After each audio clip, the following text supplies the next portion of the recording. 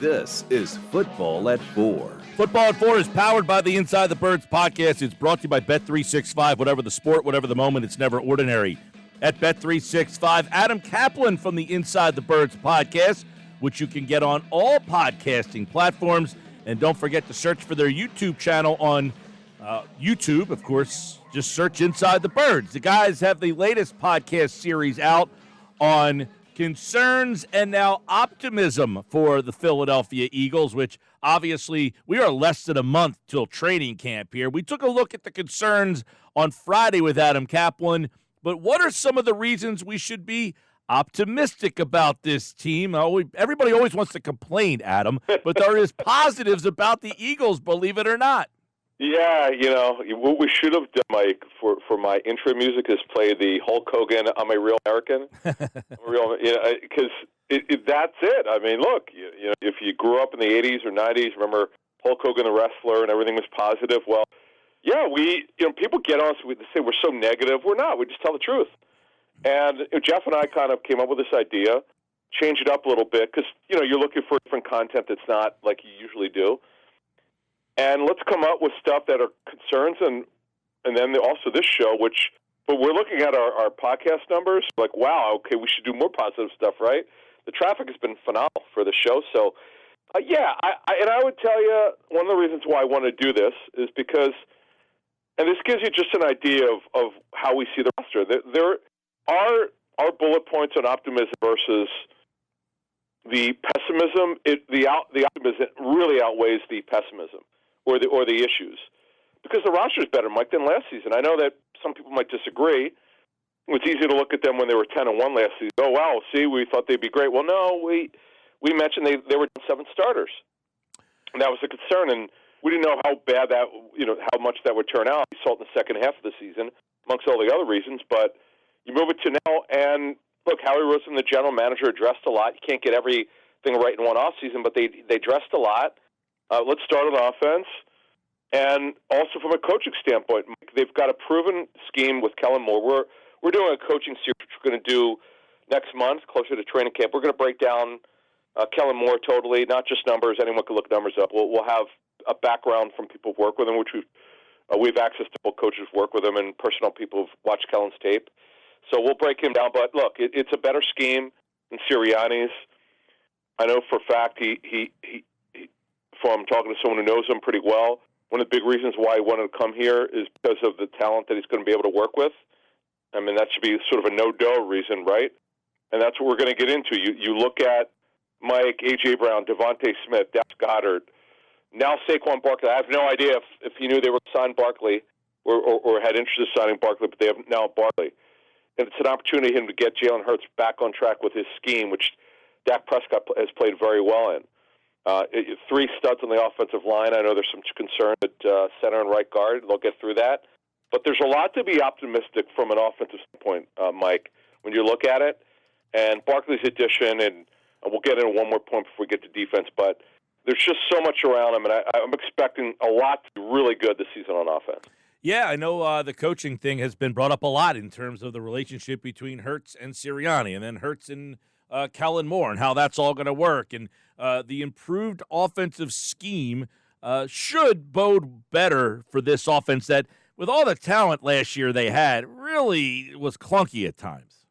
It was, Mike. And though I hate when I hear this phrase because I think it's a fallacy to a certain extent, but Mosher and I heard from various teams that the NFL sources, when they watched the Eagles coaching tape in 22, they felt like teams' defenses kind of figured out what the Eagles were trying to do. They playing whether they were playing a 5-man front to take away the Eagles' run game with Hurts. I mean, that was certainly a factor. They took away certain looks for Hurts that he got in 22 when Jalen was very decisive. He held on to the ball a lot longer. He was not decisive like you need him to be. And that's where coaching met. I'm a super proponent of coaching. I know talent is number one, but coaching is a very close 1A. You really cannot win without the other, Mike. It's next to impossible.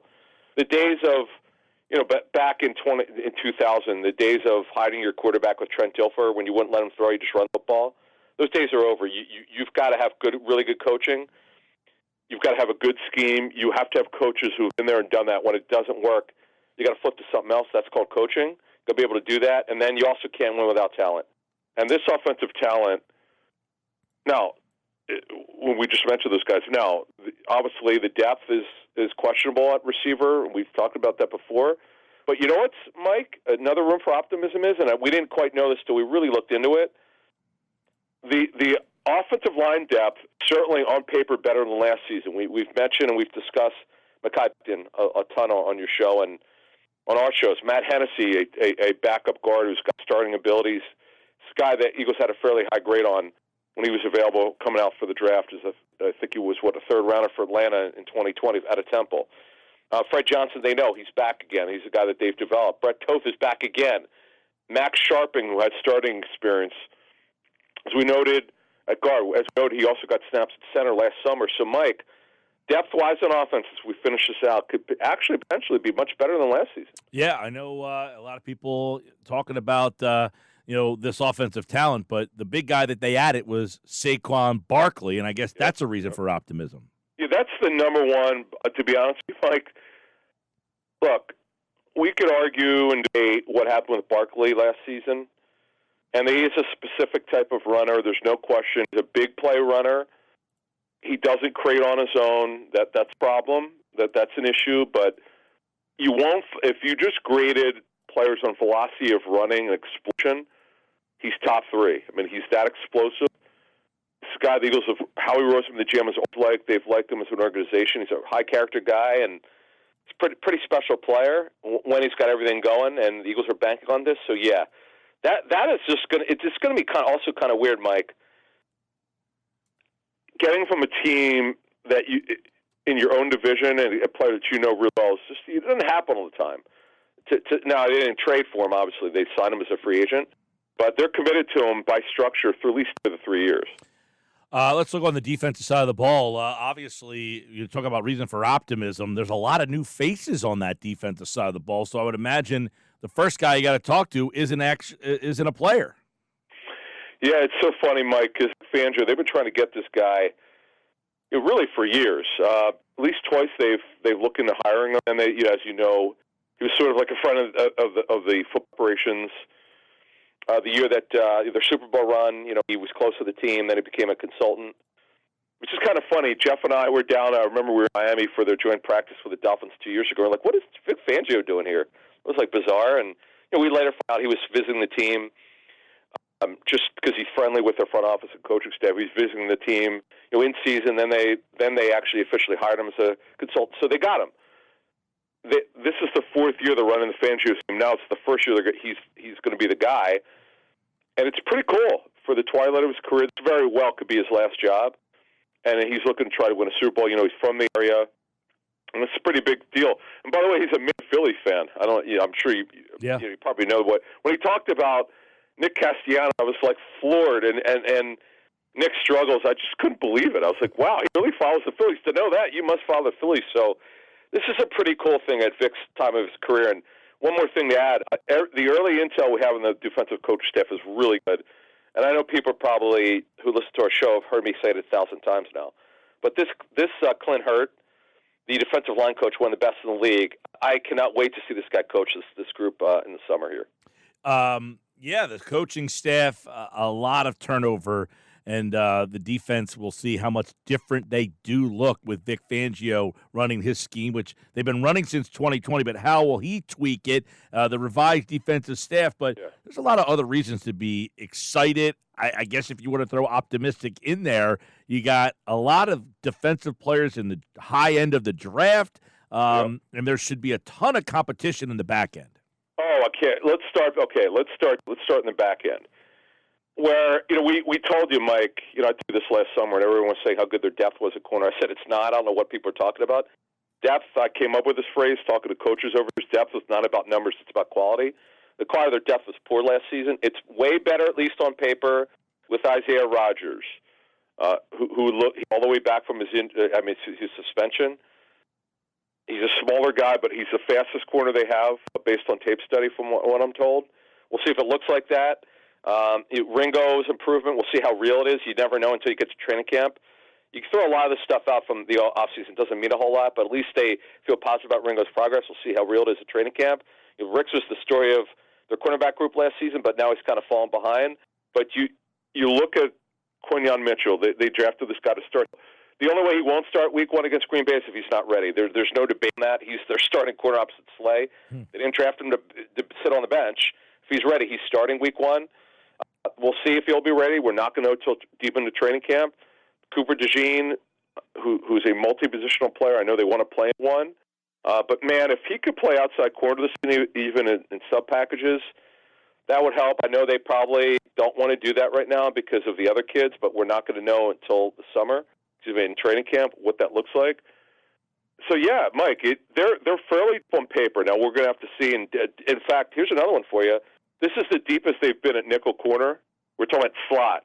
Nickel corner could be a variety of things, but it's actually, we're talking about nickel inside corner, slot. Mike, they're 4 deep. I mean, they can do that. So it's kind of unlike last season.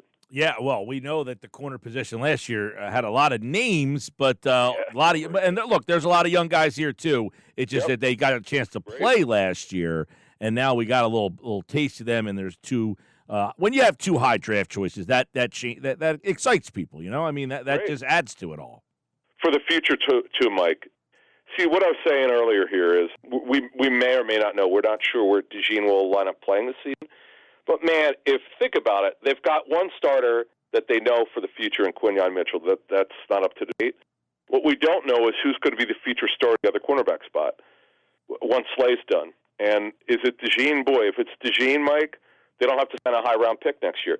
Can you imagine if you've got certainty, kind of like with Lito Shepard and Sheldon Brown, if you could get that right with, you know what I mean? If you don't have to spend a draft pick. Yeah. On a starting corner, I just can't tell you how much that means. And by the way, you don't have to spend free agent money on that position, outside corner. That would be huge, but we're not going to know that just yet.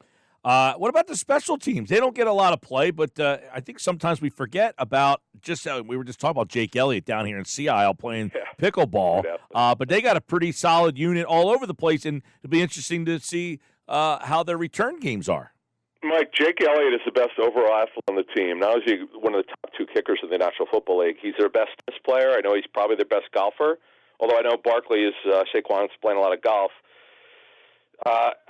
Did he do well at pickleball? I hope he did. I would imagine he would because he's this really amazing apparently athlete. Stole the show down there. See, he's a great softball player. I remember what's his thing at Citizens Bank Park some years ago when we had his charity event here. He was great there, hit some home runs on the fence that was moved up. But, yeah, Mike, think about where we were 2 years ago, the shoot run. Everyone playing the punter. You know, Jake was fine, but they didn't have the punter situation straightened out. That's been solved. They finally solved their punt return issue. Covey's one of the best in the National Football League. They've got guys who can do kickoff return. Isaiah Rodgers, my money would be on him, assuming he's going to be on the football team this fall, and everything we've heard behind the scenes has been good so far. So if he's on the football team, Mike, he has a very good chance to be their kickoff returner. He's got great straight-line speed. We'll see how it works out again in training camp. Nothing's been given. And we know that Rick Lovato is a solid long snapper. So for all the Clay haters, and I get it, he deserves some criticism. Look at the turnaround they've made. I'm glad we're talking about this because this was a real problem for them. Now you could argue it's one of their top 2 or 3 strengths on the football team.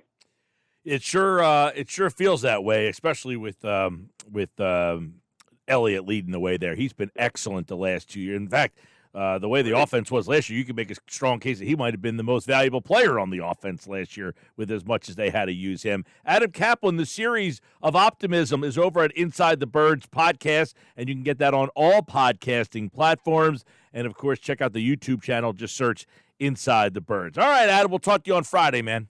Sounds good, thanks. All right, more football at 4 tomorrow with Jeff Mosher. And, of course, you can check out the Inside the Birds every day on the Inside the Birds YouTube channel.